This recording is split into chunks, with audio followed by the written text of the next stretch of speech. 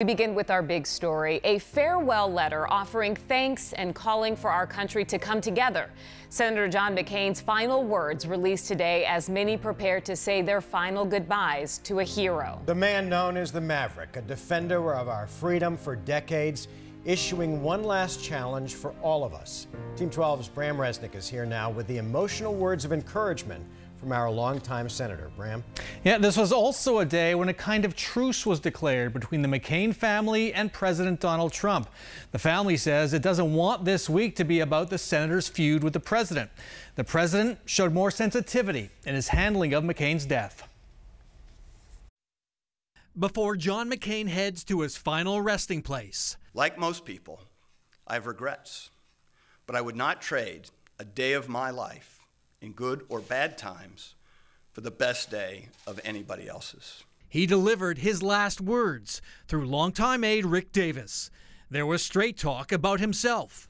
I've made mistakes, but I hope my love for America will be weighed favorably against them. And veiled criticism of President Donald Trump. Do not despair of our present difficulties. We believe always in the promise and greatness of America. The McCain family doesn't want this week to devolve into a McCain versus Trump story. They're focused on things that don't include that.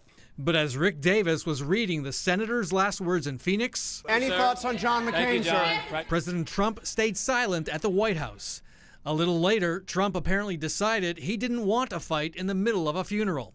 The president's press secretary issued this statement. Despite our differences on policy and politics, I respect Senator John McCain's service to our country and, in his honor, have signed a proclamation to fly the flag of the United States at half-staff until the day of his interment.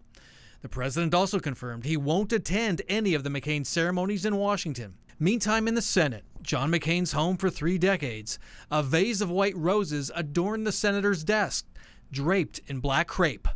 John McCain was a statesman and a dear friend who was devoted to a cause greater than himself.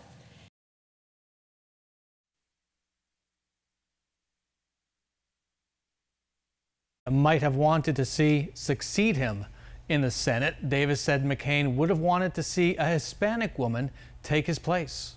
So, Bram, as the memorial services get underway, what are you finding interesting about the McCain's choices for speakers and presenters? Yeah, there are a few things. We're going to hear from Meghan McCain. We hear from her on TV every day, but also her brother, Jimmy McCain. He hasn't been in the public eye. He enlisted as a Marine to serve in Iraq while his father was running for president in 2008. Senator McCain also requested the soprano opera star Renee Fleming to sing Danny Boy at the memorial at the National Cathedral. Guarantee you there won't be a dry eye in the house. And the services will have a Brophy College prep feel. If you remember, Father Eddie Reese was president there for 20 years. He's going to be speaking 3 times. There'll also be Brophy performers there and some other Brophy touches.